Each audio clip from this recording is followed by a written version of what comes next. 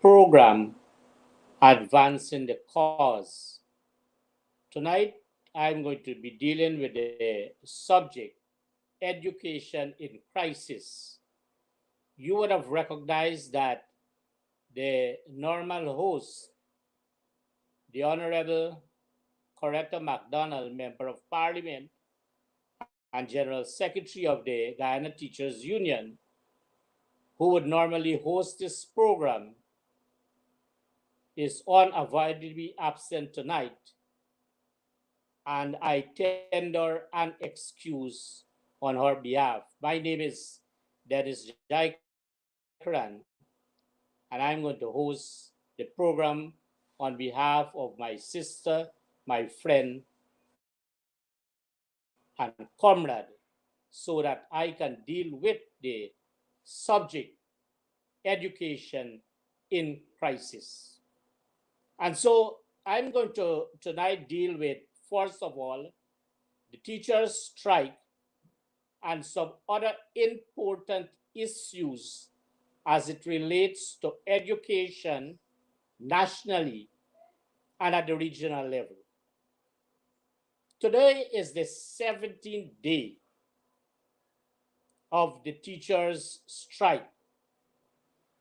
And may I at this point say that despite the fact that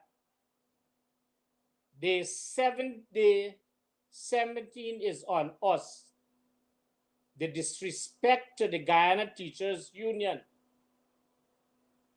and the teachers across this country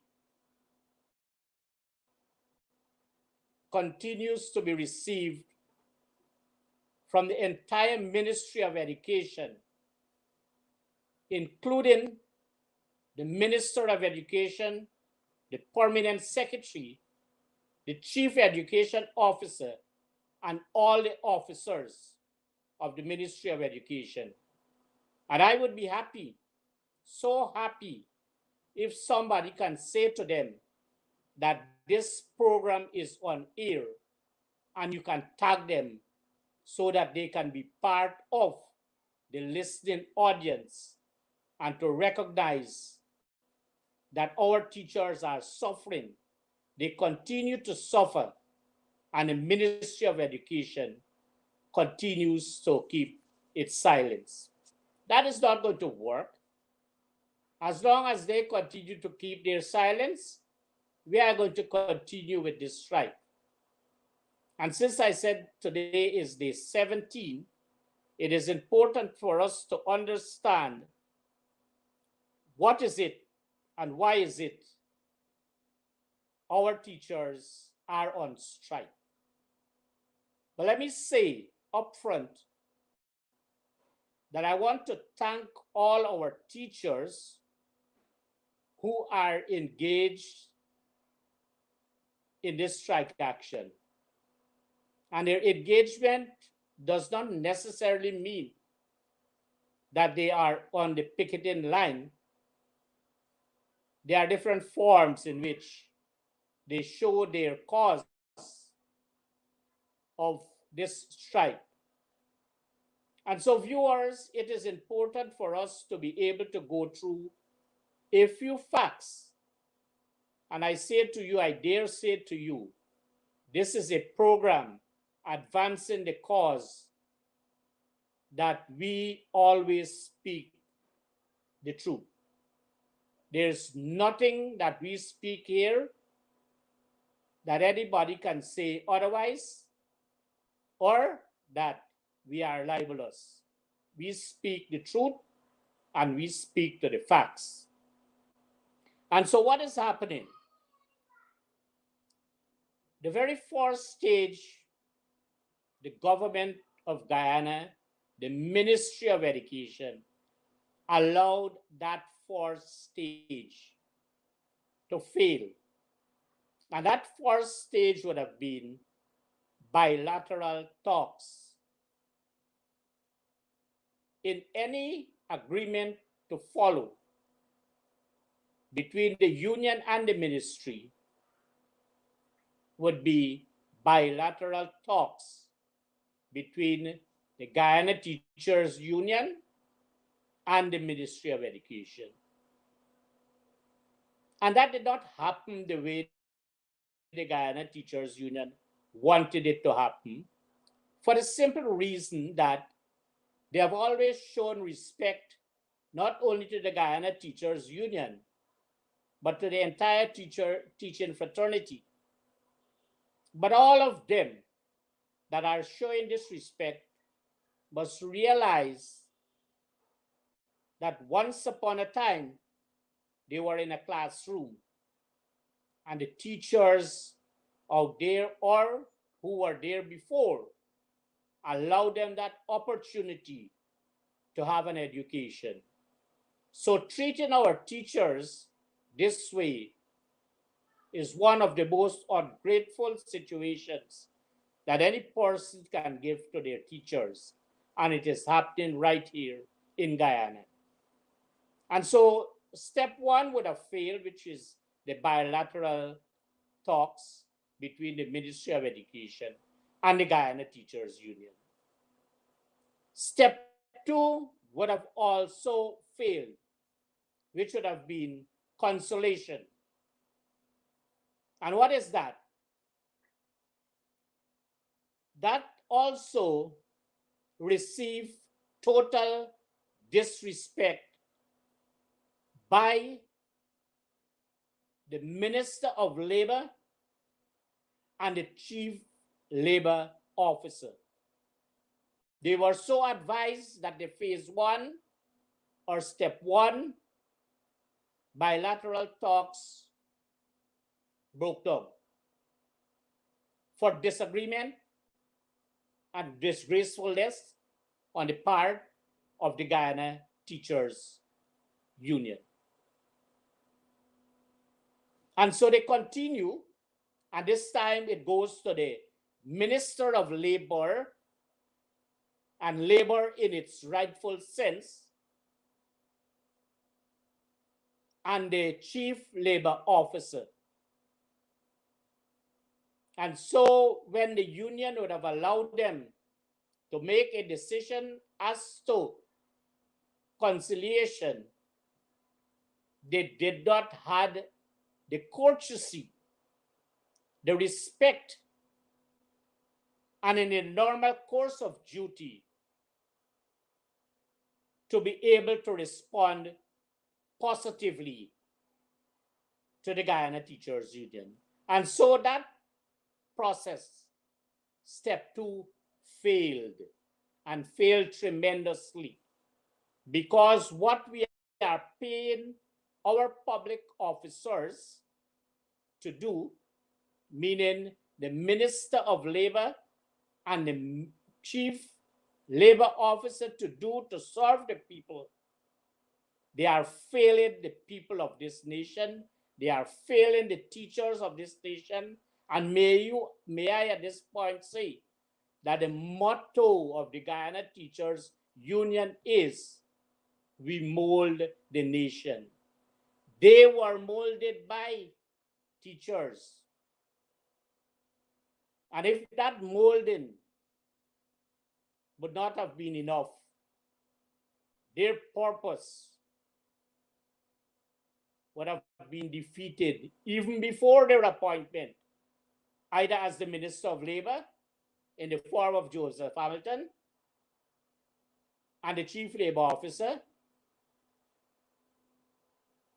which name I do not know and I don't care to know, because he has failed tremendously in this entire process. And so phase two, step two, would have failed tremendously because of the misdeeds, the inaction of, the disrespect and disregard for the Guyana Teachers Union and all our teachers in this country. And so there's the third step, and that third step is arbitration. And what is the arbitration process all about? Is to allow a person or persons to be appointed, names submitted by the Guyana Teachers Union, agreed upon by the authorities, if they are authorities, therefore. And so they allow that process to work. And the Guyana Teachers Union did as rightly as they have always done, and they continue to do that, wrote the Minister of Labor and the Chief Labor Officer, advising them that step one would have failed, bilateral relationship, bilateral talks between the Ministry of Education and the Guyana Teachers Union, and failed because, I repeat, because of the disrespect of the Minister of Education and all her officers, including the Permanent Secretary. And step two would have failed tremendously, as is because of the failure of the failed Minister of Labor, Joseph Hamilton, and the failed Chief Labor Officer, whatever his name. It doesn't matter to us at this time. And so the union thought it fit, as I would have said earlier on, to write to, in respect that we have the Guyana Teachers Union, to the Minister of Labor and the Chief Labor Officer, in an effort to allow the arbitration process. To date, they have not responded. And since they have not responded, and since all these things would have started 3 years, 4 years ago, and the disrespect bestowed upon our teachers continue, it was only right for the union to take that position of strike action. But why is it they took it? They took it because thousands of our teachers that now are on the picketing line might have had a disagreement with the executive of the union, and so advised them that if no action is taken, they are going to take the action.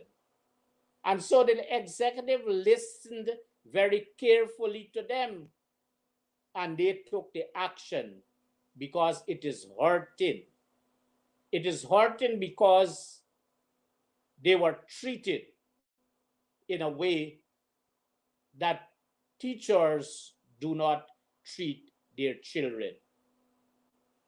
And I know full well that when all of them that allowed this process to fail would have been at school, they were guided by the teachers.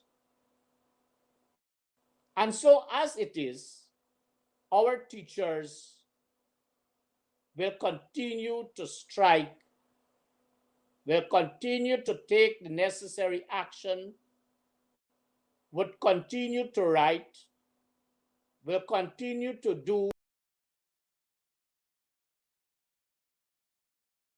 for to allow for justice on their part. And so those processes would have failed. And so our union, the Guyana Teachers Union, did not in any way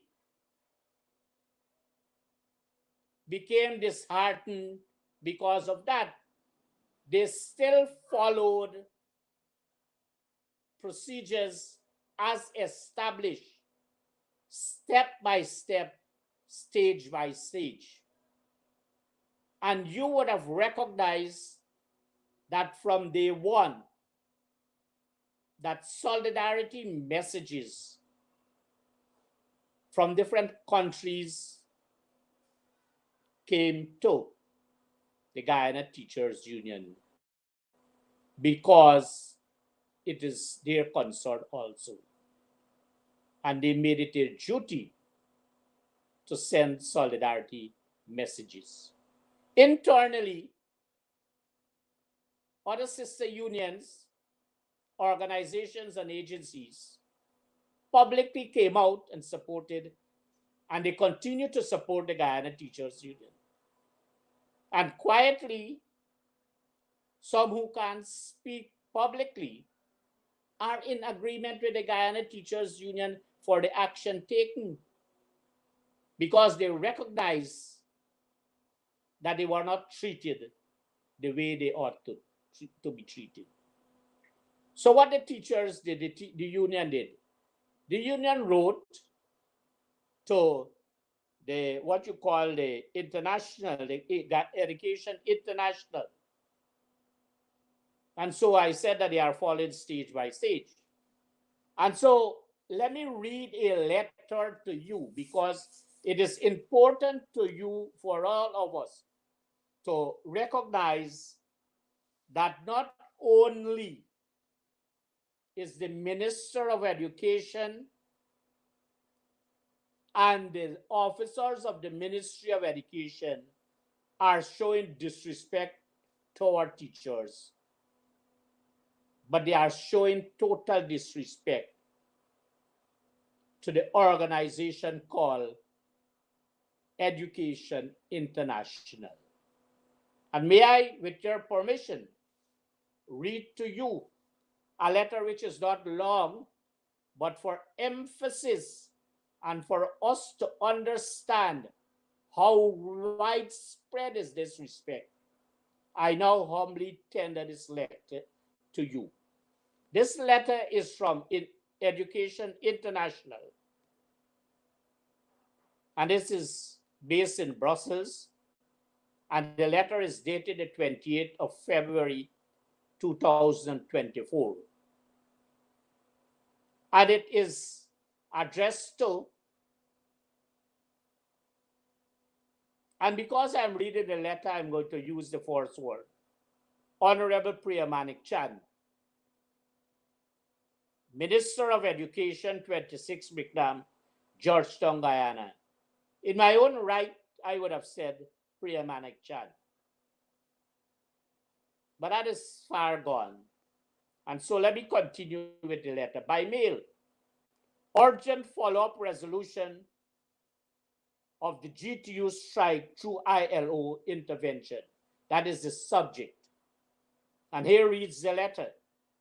Dear Honorable Minister Manik Chan, I am writing to express concern and disappointment regarding the lack of acknowledgement or response to the previous communication dated 16 February, which highlighted the ongoing challenges faced by the Guyana Teachers Union in initiating negotiations with the relevant authorities.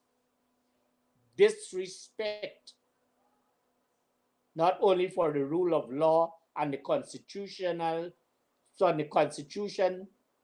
locally, but they have spread their wings of disrespect and disregard for international organizations. I continue to read. Despite the tireless efforts by the GTU to engage in dialogue, and I made mention of that when I spoke to the bilateral talks regarding crucial matters such as salary increases and non-salary benefits for teachers, it is disheartening to note the absence of fruitful dialogue. Sad situation. In our initial letter, Education International highlighted the importance of a collaborative approach based on the provisions of International Labour Organization, Convention 98, to address the concerns of teachers and reach a resolution that benefits all parties involved. Breaking of international rules.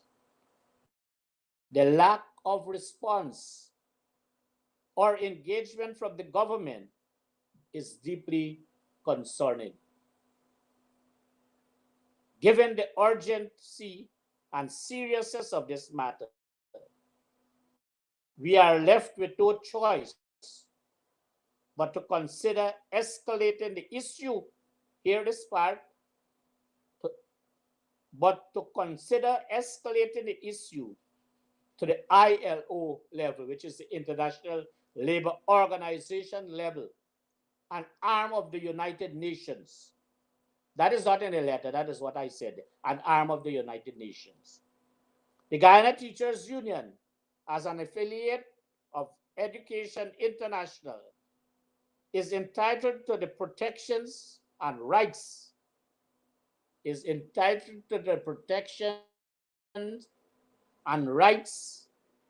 outlined in the ILO Convention 98, in which Guyana ratified in 1967.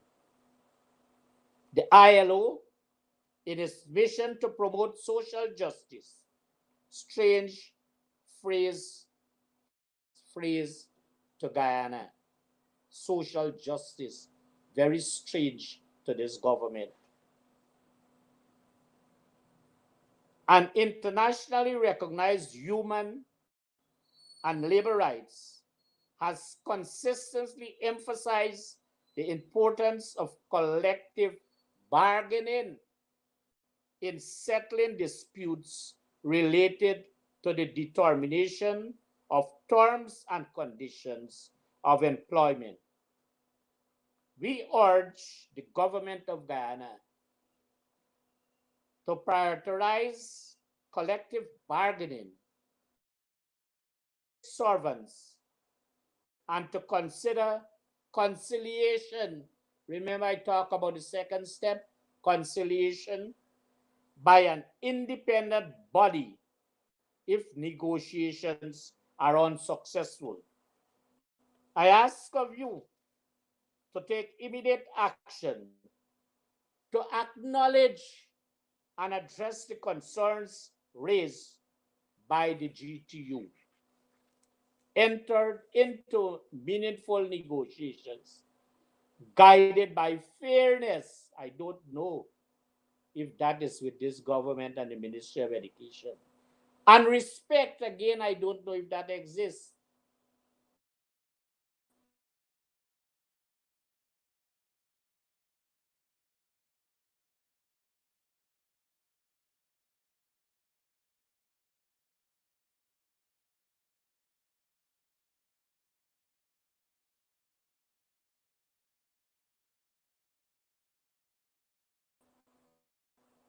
I continue. They are disturbing us. They are disturbing us.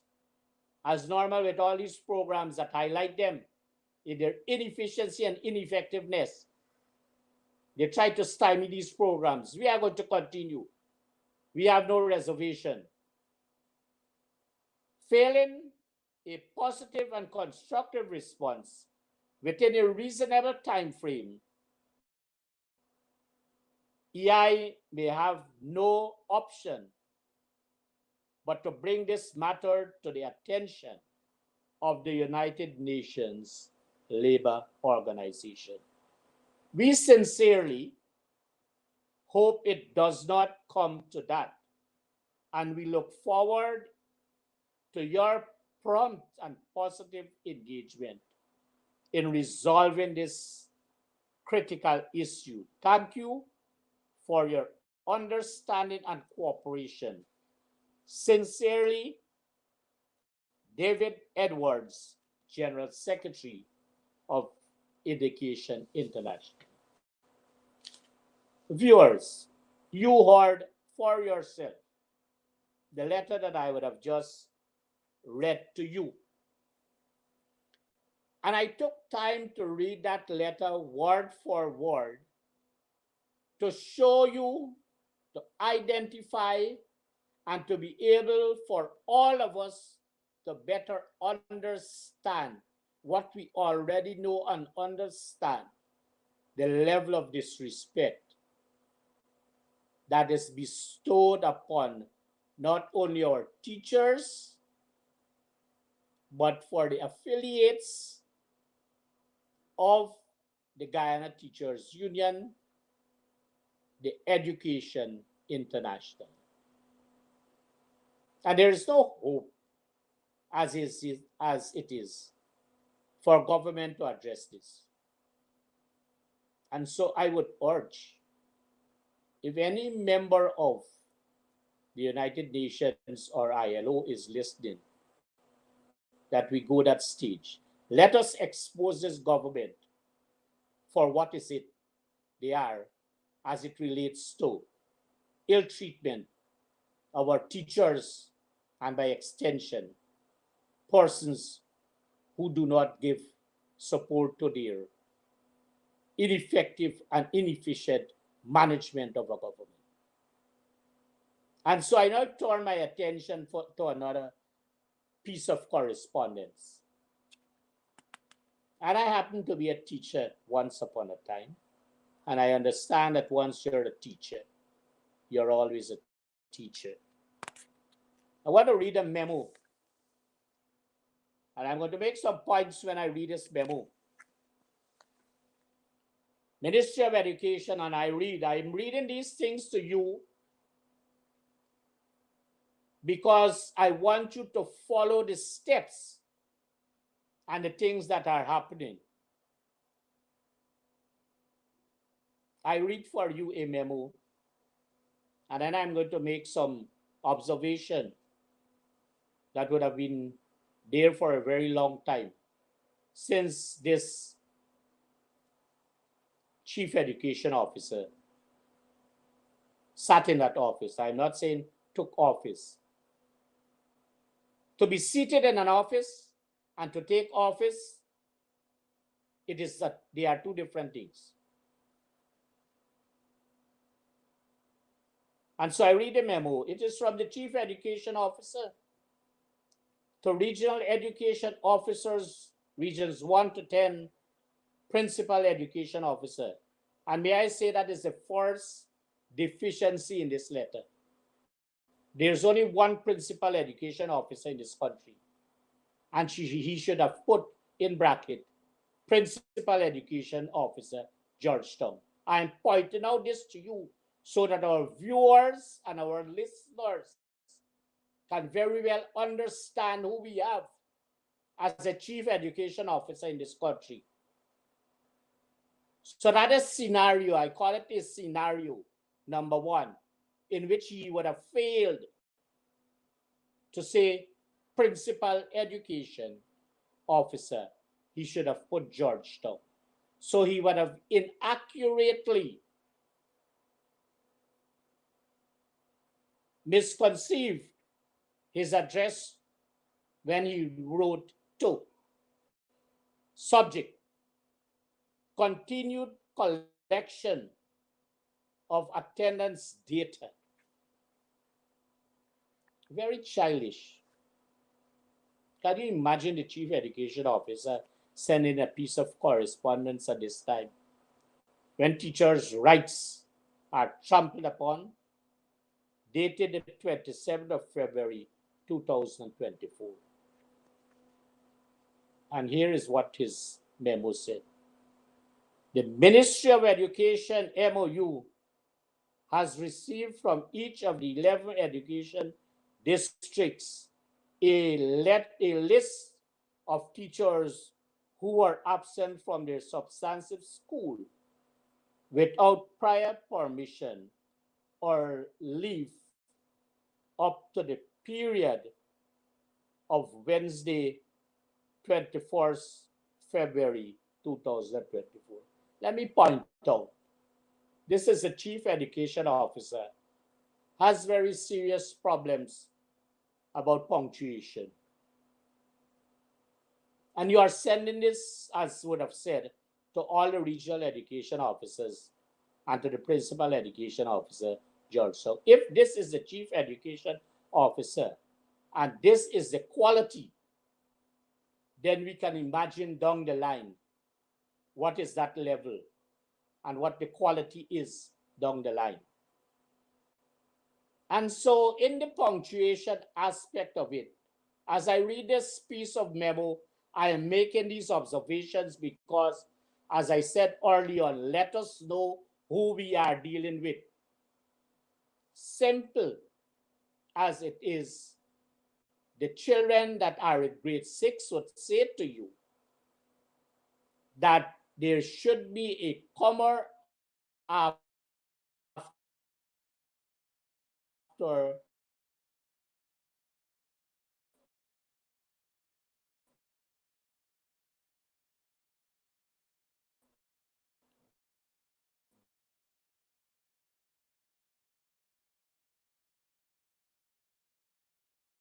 this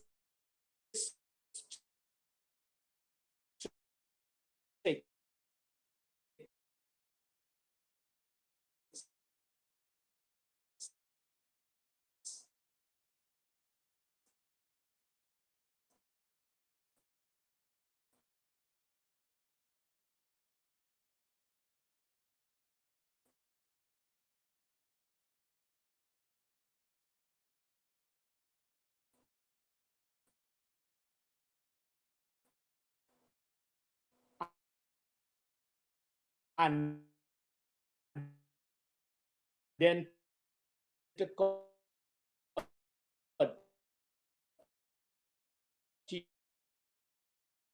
continue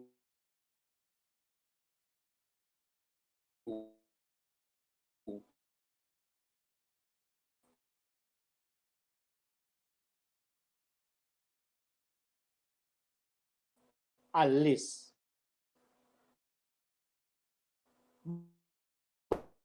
But he would have written it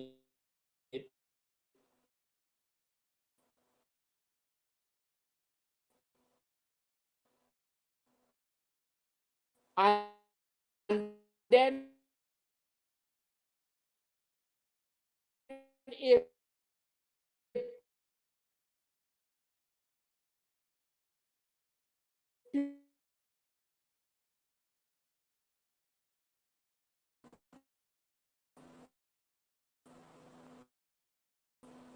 yes, so I continue. They continue to do their work. We continue to do their work. Let them break it up.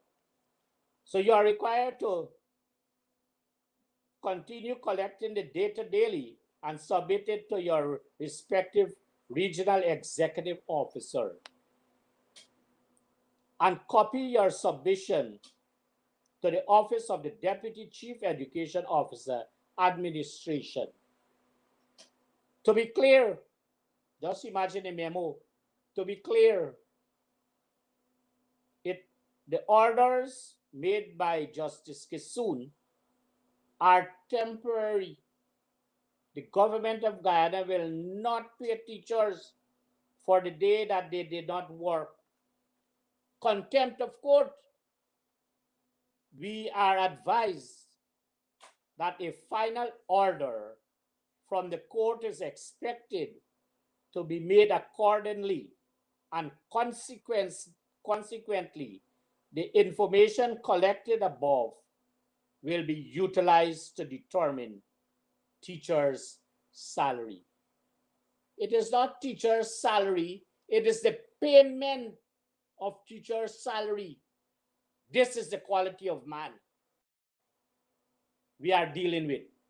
This is the quality of a chief education officer. Please note that all submissions must be made by 16 hours for the previous day. Well, every day they have to submit.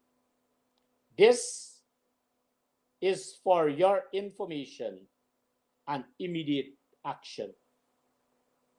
Yours respectfully, Saddam Hussein, Chief Education Officer. Let me say to you, when you conclude,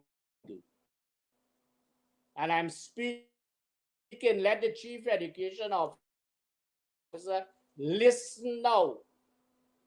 And let the officers of the Ministry of Education listen now. Let the Minister of Education, to whom they report, and the PS to whom they report on a daily or hourly basis, let them know of the level of officers that they have. You do not conclude a piece of correspondence with words like "your respectfully" or anything like that. All you do is to sign your piece of correspondence, meaning the memo, because you would have already said at the top from whom it came, to whom it came. So when I sign and you put Saddam, are we teaching in school? I wonder. This chief officer would have, and Ireland, actually his English teacher of goal and not a primary school. I ask him or tell him how is it concludes in memo. The observation.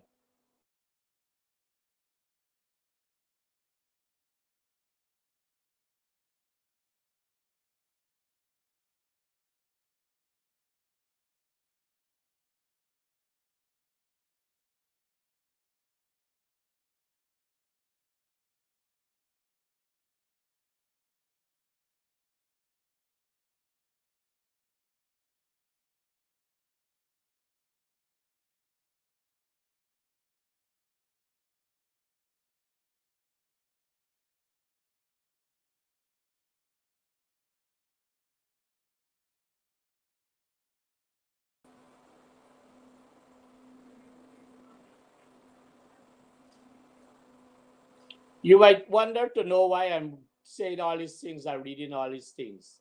I'm doing this because of the subject we are discussing, education in crisis.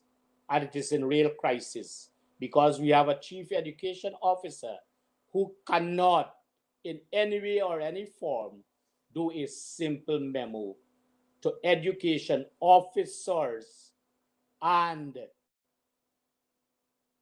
principal education officer Georgetown. I put that word so that he's going to know.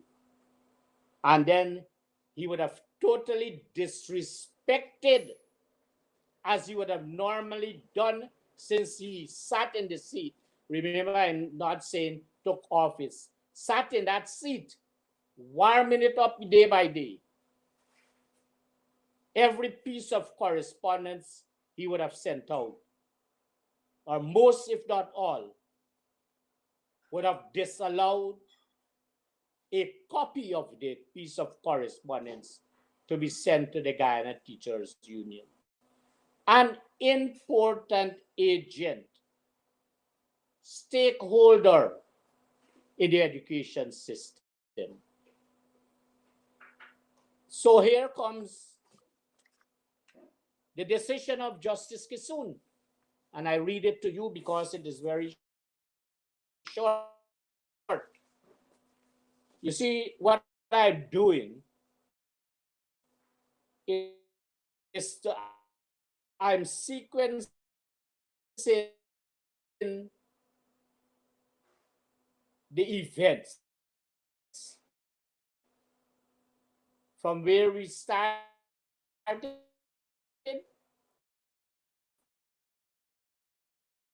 where we are, and then I'm going to deal with some other matters generally in education, because education is in crisis.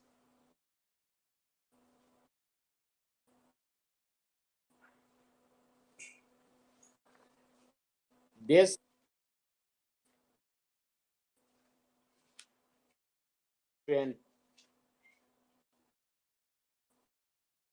Chief Education Officer Saddam Hussein undertaking to receive his education.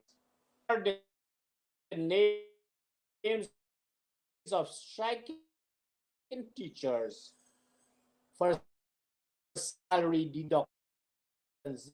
Did I not say that? It is not the piece to tell him that the judge had to educate. He apologized, and he should have apologized for the statement he gave. I want to suggest he should statement he gave during Madian dorms fire. And remember, I want to suggest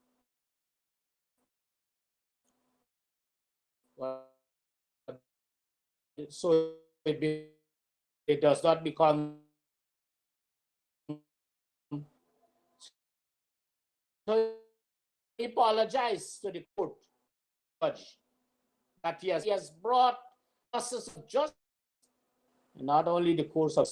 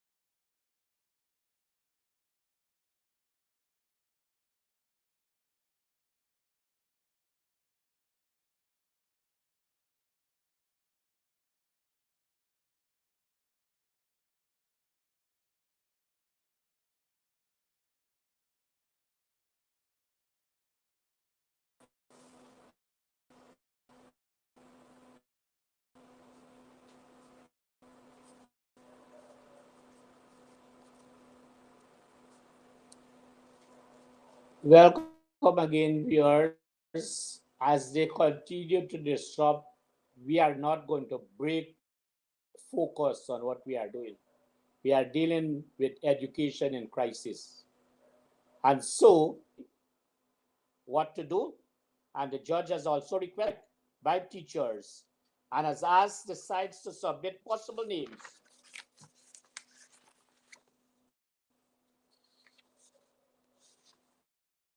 for mediators who should be senior counsel.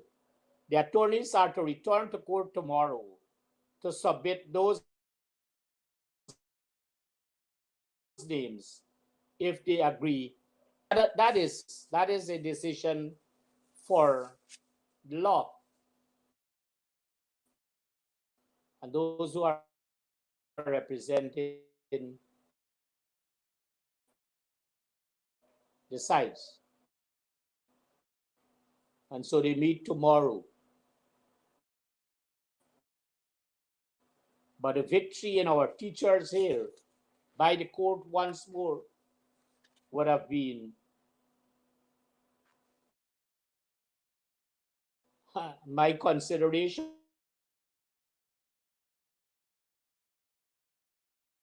is, and if I was alive, I would have said, I humbly submit that we cause this individual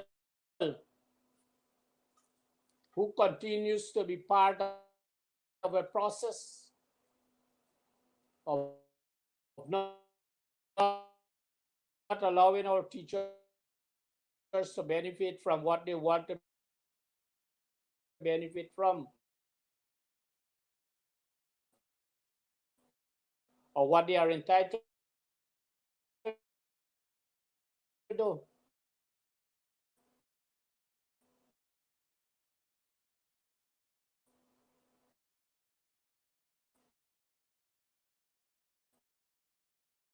To,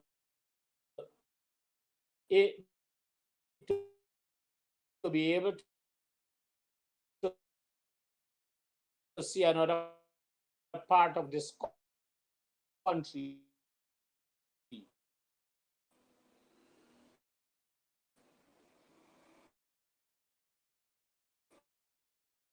that might not be to his benefit.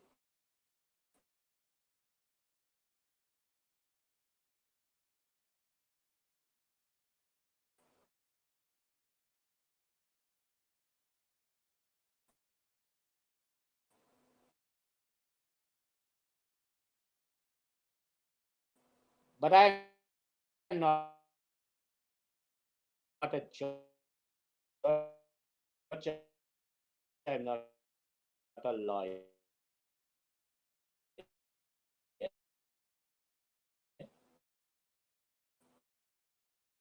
I'm a teacher by profession.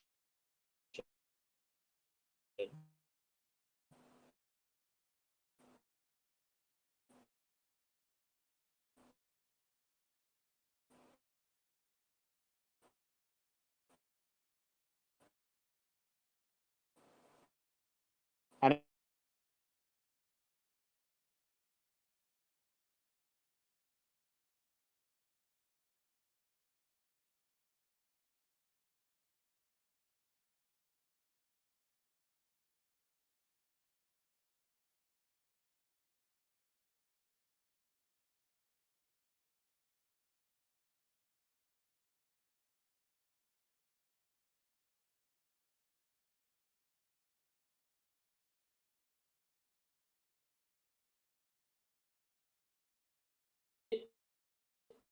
do I think have it and so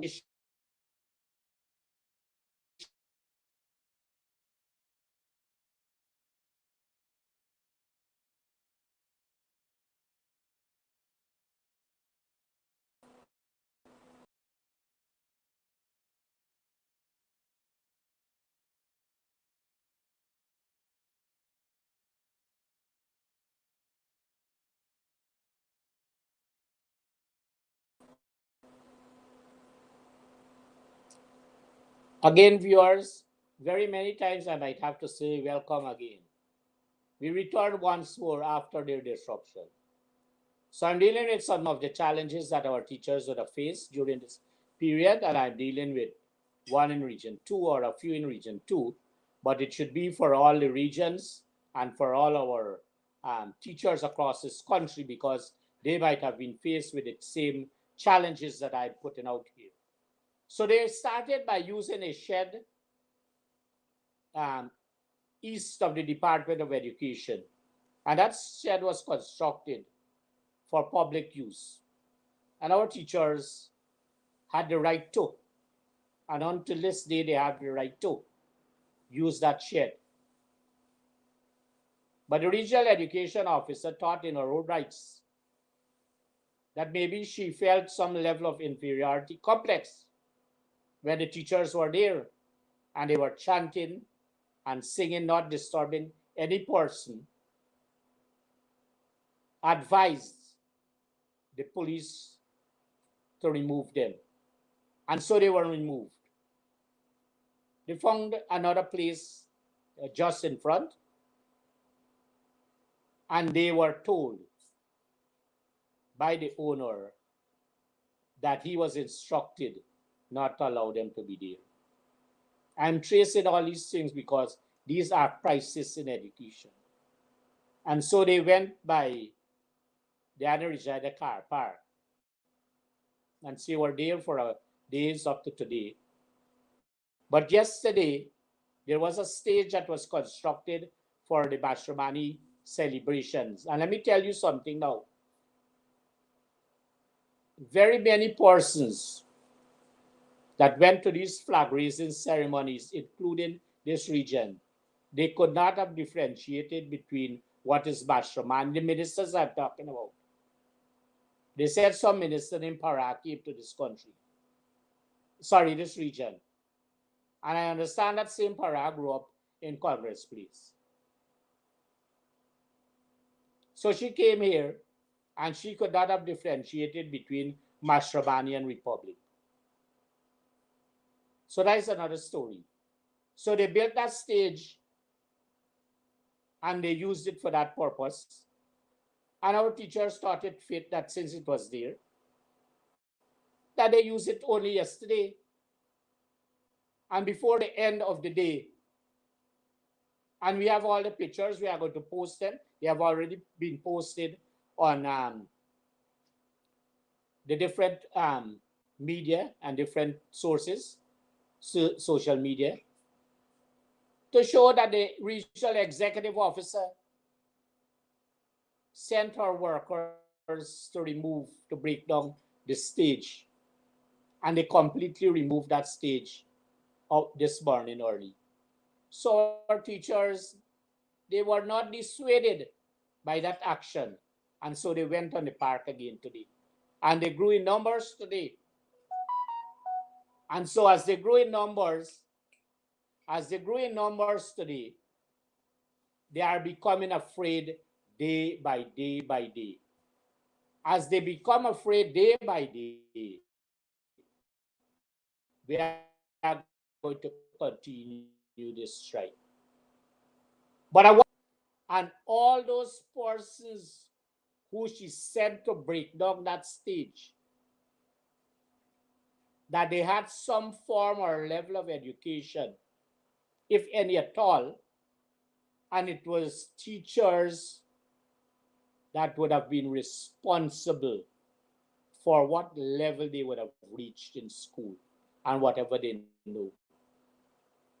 But to add to that, let them also know, and those persons who are listening to this program, let them know that those same teachers are teaching their children in school, and our teachers are going to continue to be kind, generous, and loving to them, as they would be to those who went and break that stage yesterday and completed the process this morning.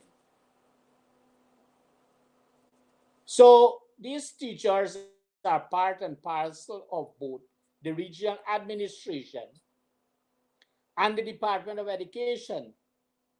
and that is a treated meted out to them by both the regional education officer and the regional executive officer. What are we doing to our teachers? How much more disrespectful can we be? And so I say this to indicate to you that there is total disrespect for the rule of law as it relates to Article 147.1 of the Constitution of Guyana. And let me read so that we can all know. It will not take long, but I'm going to read. Article 147.1 says, except with his own consent, no person shall be hindered in the enjoyment of his freedom of assembly and association. That is to say, his right to assemble freely and associate with other persons, and in particular to form or belong to political parties, or to form or belong to trade unions or other associations for the protection of his interests. Two things about this article: that our teachers were exercising their right to freedom of association. And in that effort, as per the article, to be able to be protected. And I make that batch deal. They had no protection from the persons who are the superior officers, the regional education officer and the regional executive officer. Disrespect. Disrespect. So I advise some of our teachers, this is crisis time in the education system, and you are out there. And so these are some of the little advice that I would want to give you. Please, I beg of you, whether it be by hand or by register mail or normal mail, be careful. You may choose to, by your own right, not to receive a piece of correspondence in an envelope. That is your right to receive or not to receive, to sign or not to sign. That is your right. Because you do not know what is in there. And since somebody is going to tell you they don't know what is in there, they don't know that, then it becomes your duty to be very careful. Least you know that something is there and you have searches in your house by the police, as they like to do. The rightful people they go to, and the people who are illegal, doing illegal business, they are their friends. So they might come to you. So our teachers on the line, we have to be very, very careful. Be careful with messages you receive. Be careful, very careful. These are some little advice.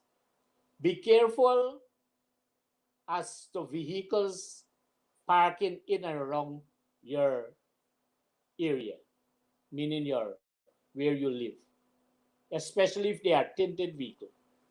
You have to be careful. You don't know who is there, because there are levels of which people are dissatisfied with what the teachers are doing for their right.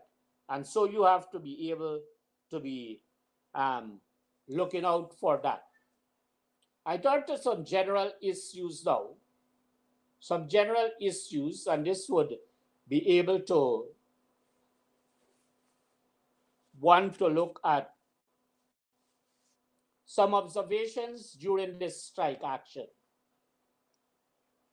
What would have been noticeable is that police in uniform would have been visiting schools on a regular basis to extract information about teachers who are not there.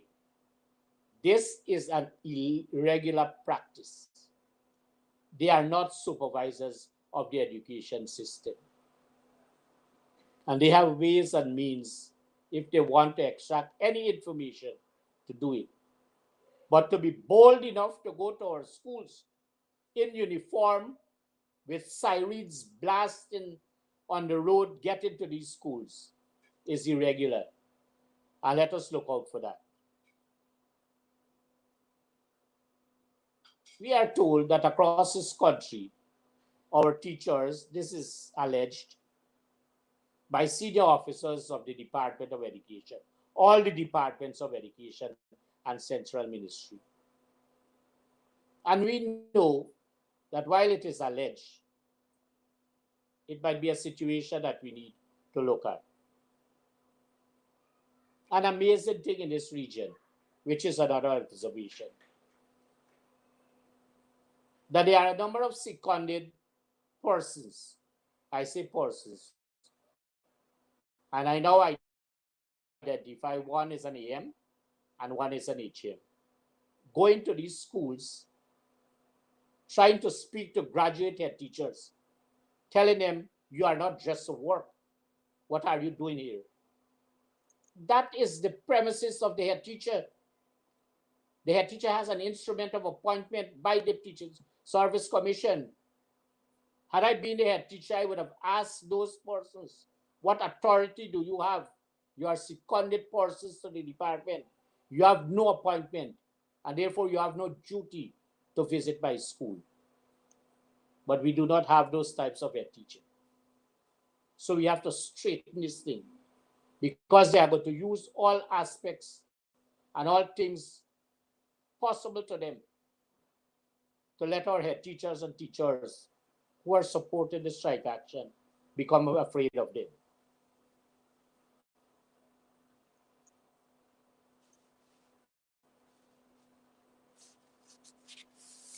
I want you to look at some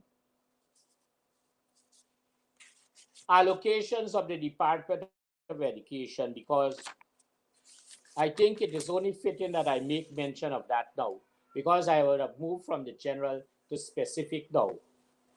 And quickly, this region would have been appropriated 8,125,257,000. I'm speaking directly and generally to the people of Region 2. You must know what sums of money are appropriated to you and how it is spent, because you have to ask questions.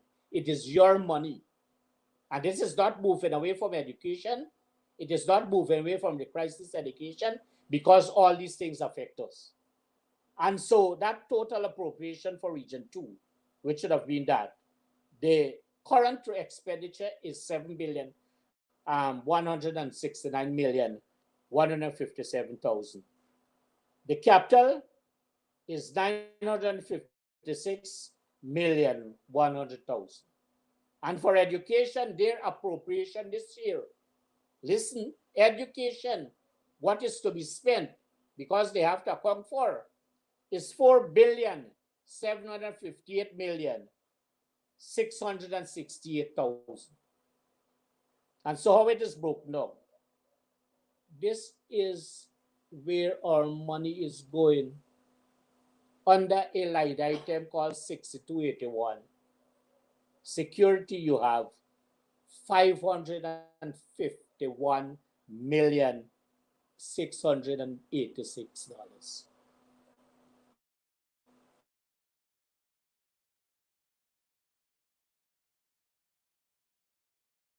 For national and yes, this one is spent by the department. I noticed they tried to cut me off when I was giving figures. They have $30,045,000. Parents, this is to be spent on regional and other events where they have your children participating, traveling to Georgetown and what have you, and giving them swank and buns, and they cater for different things to give them. And they get the meals of something at 2 o'clock, their lunch, and they get dinner at till 8 o'clock in the night. And that is how they treat your children for $30,045,000. And for training, What are they doing with this sum of money? $18,769. This is so because many of them are benefiting many stakeholders that are friends to the Department of Education and Regional Administration. And let me say that I heard it somewhere when I was at a function that at the Department of Education, that an officer, his in-law, is always providing snacks and lunch for activities organized by the Department of Education. And I was further told that the spouse of an officer is always signing a contract to provide music and public address system. That is what I heard. I don't know the persons who were saying it, but at the side I was hearing this, what is happening at the Department of Education. And so I want to speak to the counselors because you might not know in this region. And for all the other regions, find out the counselors that is on line item 6211, which says expensive expenses specific to the agency, and that is for the counselors to be used for them to use to do traveling and other things like tender board and what have you, attending RDC meetings and subcommittees of the RDC. And so Region 2 would have received $35 million. I have another forum I'm going to discuss this with some other persons, but this is to alert the councillors. There is an alarming sum of money that would have been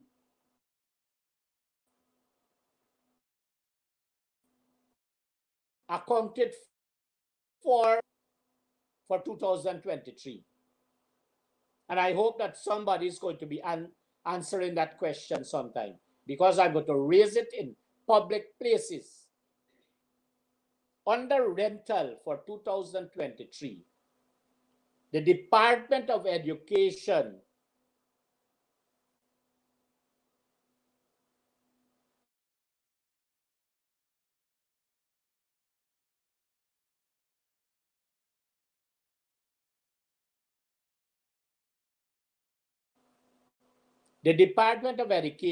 paid $12 million for rental of bill. I don't know rental for what, but here it says rental for building, rental for building in 2023.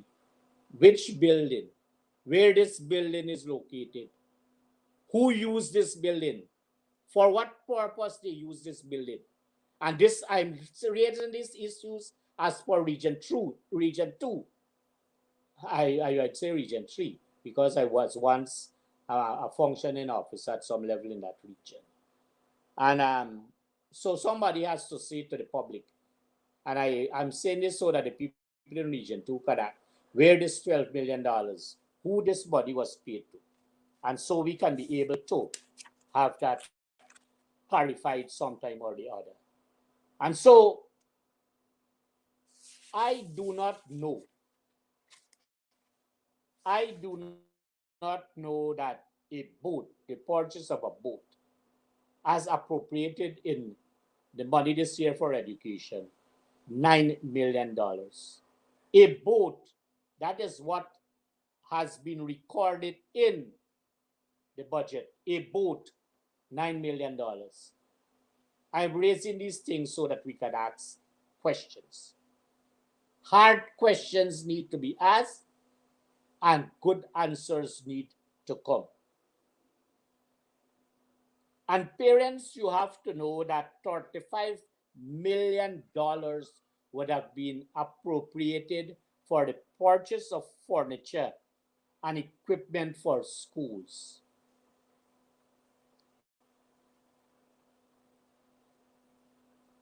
I might want to believe that because our teachers are there on strike, This might be the time when the Department of Education will take advantage of the situation of spending some of these monies so that nobody can ask any question.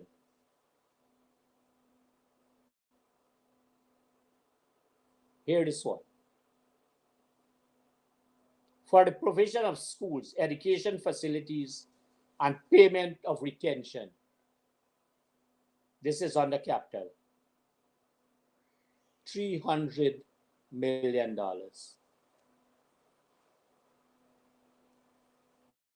There is need for somebody to be able to find out where this sum of money is going to. If it is not $300 million, I want to believe it is $300,000 as a form of correction. And so there are some general issues in this region that would concern us and that is allowing our education system to be in crisis. Again, I heard at a particular function that there is a certain gentleman living in a certain scheme in the township that once you visit his home, you are able to garner a contract from the regional administration. And mind you, it was further said, I don't know the persons who are saying these things. That this particular, I'm saying these things because it is of concern not only to this region, but we should have our eyes out and report these things so that people can understand how is it our money, that 1 point, how many trillion dollars, how it is being spent.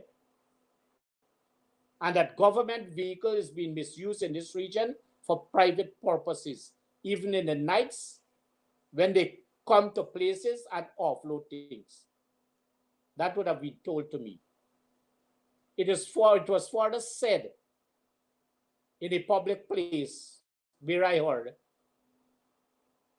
that this particular officer in his name, in somebody's name, he is managing 3 churches. His wife is managing 3, and his son is managing 2. And I am further told, well, not told, I further heard the conversation that the Ministry of Public Works gave out contracts for roads to be done. And he found himself visiting these locations unauthorized. And it was said that this gentleman has no knowledge of what is a bill of quantities and how is it to describe aggregates. What kind of workers do we have if those things are said in public places? How can we conceptualize that the money as appropriated for this region and other regions can be spent wisely so that our children can go to school, can receive the best education, can be able to be in good schools, walk on good roads, if they are good roads rather, and be able to do these things. So we need to be on the lookout for these situations. Because as is, we are in crisis in education in this country. And I give now a scenario as it relates to teachers' training. And this is across the country. Based on information circulated,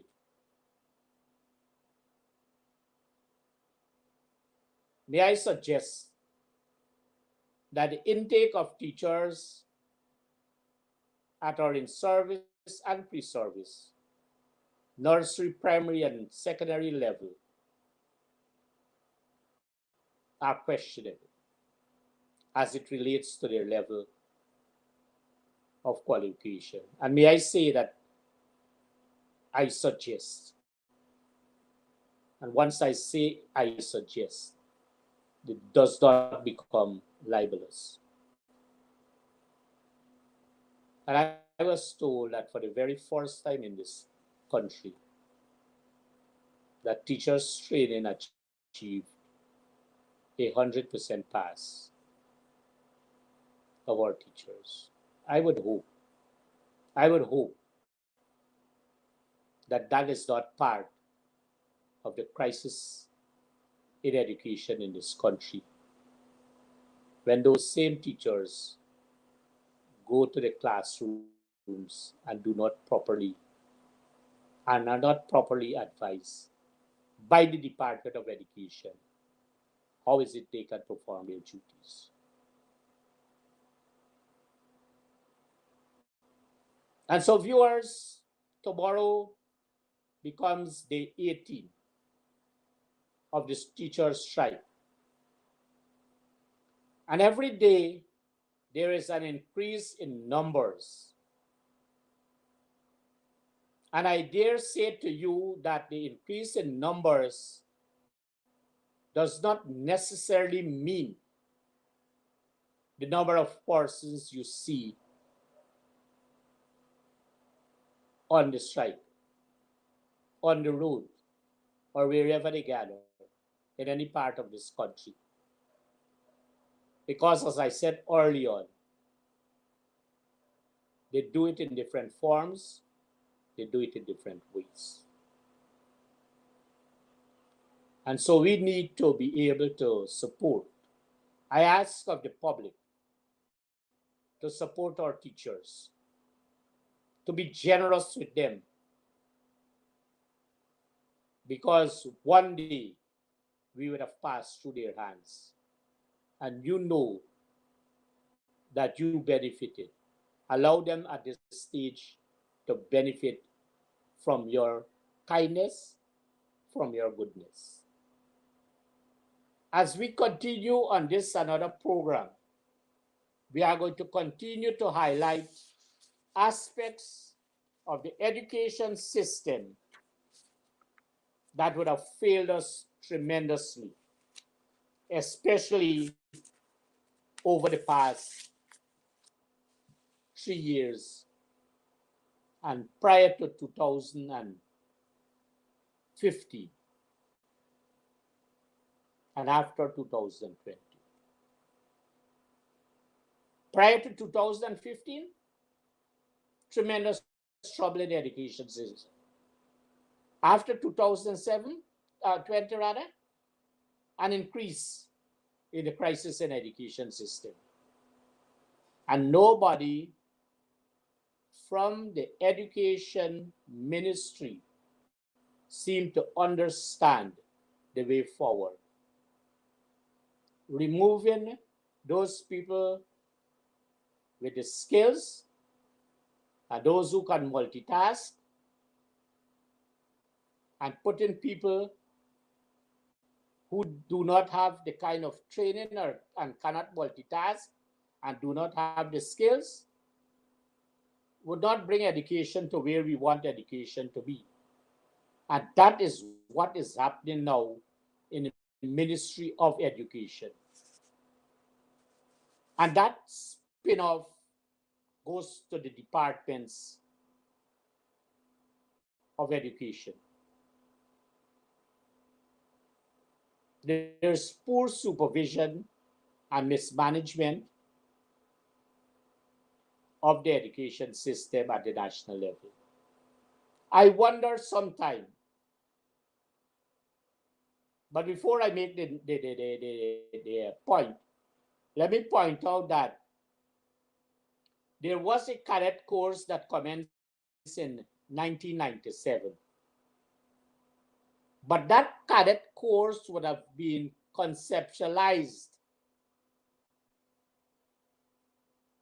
before 1992 by the late Derek Bernard, who served as a minister of education. And so they took 5 years because it was not their plan They took 5 years to bring that. I am making the point to say to you, the objective of that course, the cadet course, would have enabled persons adequately qualified, one, to go on the course, and secondly, when they would have completed, having had a number of attachments to various sections of the Ministry of Education and the departments of education across this country, to be able to go in managerial positions so that they can be functional and effective and efficient.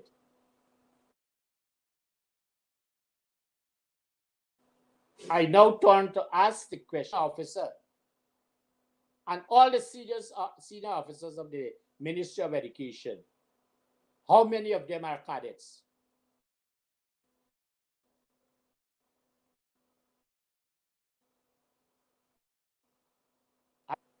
And to be advised that none of them might have been a cadet. None of them might have been a head teacher, an education officer, regional education officer. And so that is the reason why we have this whole question of why education is in crisis.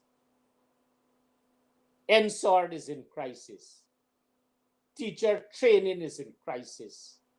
The management of the Ministry of Education, from the minister right down to all the officers of the Ministry of Education, the PS, the Chief Education Officer, the Deputy Chief Education Officer. I don't know how many they have. The system provides for 3, but they change structures and they do not operate with structures.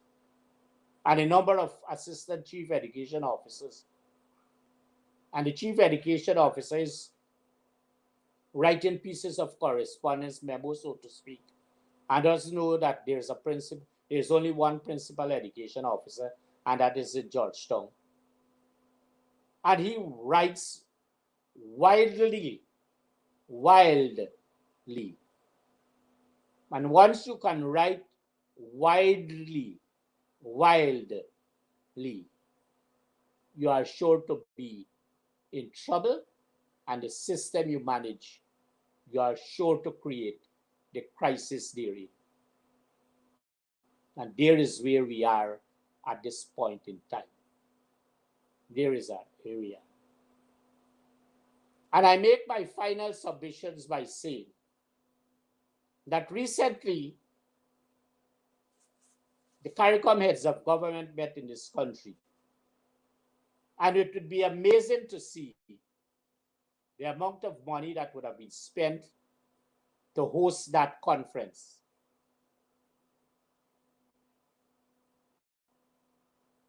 And may I say advisedly that had we had a government that would have been considerate for teachers, you would have used that money and asked that there be a rescheduling of that to another country and spend that money on our teachers. Use our budget and be able to use line item to line item and give our teachers, at least for this year, a start, a 35% this year. That is my proposal.